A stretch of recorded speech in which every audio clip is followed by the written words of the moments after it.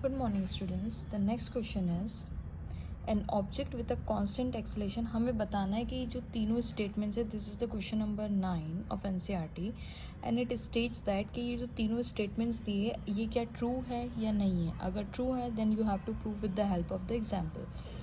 N object with a constant acceleration with zero velocity. क्या ऐसा हो सकता है कि दैट ऑब्जेक्ट जिसका कॉन्स्टेंट एक्सेलरेशन हो, मतलब एक्सेलरेशन जैसे 5 मीटर पर सेकेंड थ्रू आउट वही के वही रहे, या तो 10 मीटर पर सेकेंड स्क्वायर वही के वही रहे, और उसकी वेलोसिटी लेकिन ज़ीरो होनी चाहिए.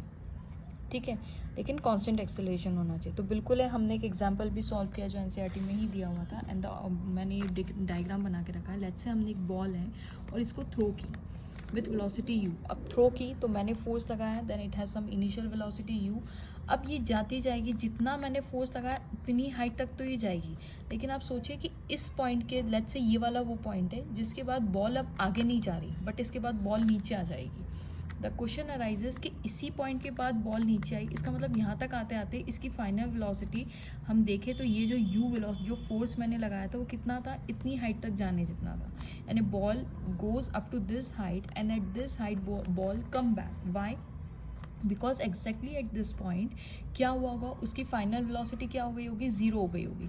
इसीलिए बॉल यहाँ पे रुकी और वापस आ गई. ये देखिए मैंने उसकी रिटर्न पोजीशन का डायग्राम बनाया, ये वापस अब रिटर्न हो जाएगी.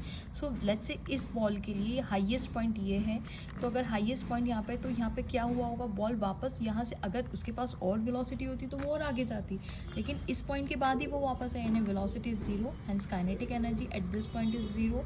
और इस पॉइंट पे वो नीचे आ रही है, देखिए वेलोसिटी ज़ीरो है, उसकी फाइनल वेलोसिटी ज़ीरो हो गई है. तो इस पॉइंट पे एक्ट कौन कर रहा है, इस पॉइंट पे एक्ट कर रहा है acceleration due to gravity, that is g is equals to 10 metre पर सेकेंड स्क्वायर, जिसकी वजह से वो वापस नीचे आ रही है. ऐसा नहीं कि हर पॉइंट पे, यहाँ पे भी उस पर एक्सेलरेशन लग रहा था, यहाँ पे भी एक्सेलरेशन लग रहा है, जाते टाइम भी उस पर हर पॉइंट पे एक्सेलरेशन नीचे लग रहा है, बिल्कुल लग रहा है, यहाँ पे यहाँ पे यहाँ पे हर पॉइंट पे एक्सेलरेशन लग रहा है. लेकिन इस पॉइंट पे वेलोसिटी तो ज़ीरो है, लेकिन इस पॉइंट पे एक्सेलरेशन तब भी लग रहा है जब वेलोसिटी ज़ीरो है.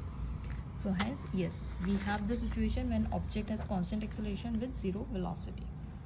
अब यहाँ पे नेक्स्ट पॉइंट देखते हैं, object moving with an acceleration. Object acceleration से तो मूव कर रहा है, मूविंग विद एन एक्सेलरेशन. अब ये नहीं है कि यूनिफॉर्म है नॉन यूनिफॉर्म है, बस ऑब्जेक्ट हैज़ एन एक्सेलरेशन, उसके पास acceleration but with uniform speed. यहाँ पे देखिए वेलोसिटी की बात नहीं की गई, स्पीड की बात की गई है, बट विथ यूनिफॉर्म स्पीड. अब यूनिफॉर्म स्पीड का क्या मतलब है कि स्पीड कॉन्स्टेंट है. वेलोसिटी क्या चीज़ होती है, velocity is a vector quantity which has speed plus direction. और स्पीड क्या होती है, मैग्नीट्यूड इन नंबर, यानी मैग्नीट्यूड प्लस डायरेक्शन. और क्या, मैं इसको बहुत देखिए यहाँ पे ये velocity is a vector quantity. अगर मैंने इसको मॉड लगा दिया तो I am just talking about the magnitude not the direction. So ये देखिए खाली ये क्या डिनोट कर रहा है, it is denoting my speed, this is nothing but my speed. Okay, speed plus direction ये होती है वेलोसिटी.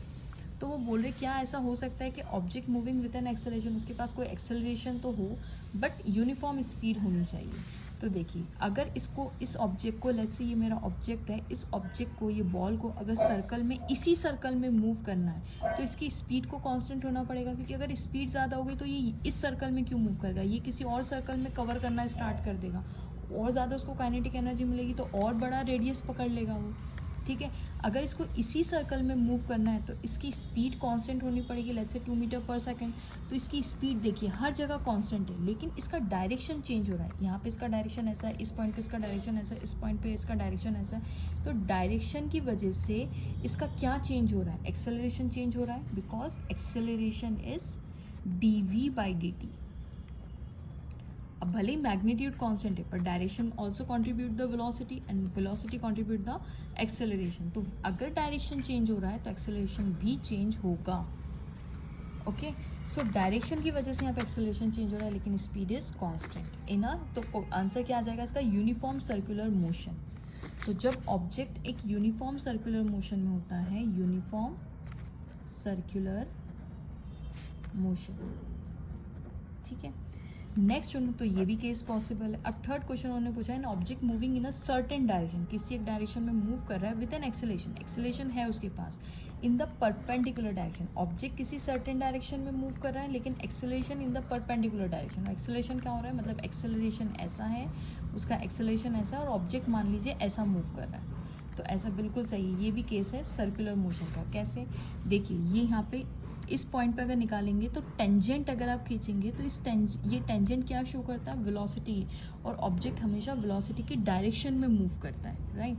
तो हर पॉइंट, इस पॉइंट का भी टेंजेंट ऐसा जाएगा, इस पॉइंट का भी टेंजेंट ऐसा जाएगा, इस पॉइंट का भी टेंजेंट ऐसा जाएगा. तो आप देखिए कि टेंजेंट के अलोंग वेलोसिटी है और ऑब्जेक्ट हमेशा वेलोसिटी के अलोंग मूव करता है. तो इस पॉइंट पे ऑब्जेक्ट चाहता है अगर आप ये रस्सी काट दें तो ऑब्जेक्ट ऐसा जाना पसंद करेगा, यहाँ पे ऑब्जेक्ट ऐसा जाना पसंद करेगा. तो वेलोसिटी इज सर्टेन डायरेक्शन, मतलब ऑब्जेक्ट का मोशन किसी और डायरेक्शन में, लेकिन एक्सेलरेशन देखिए 90 degree. Acceleration is towards the radius.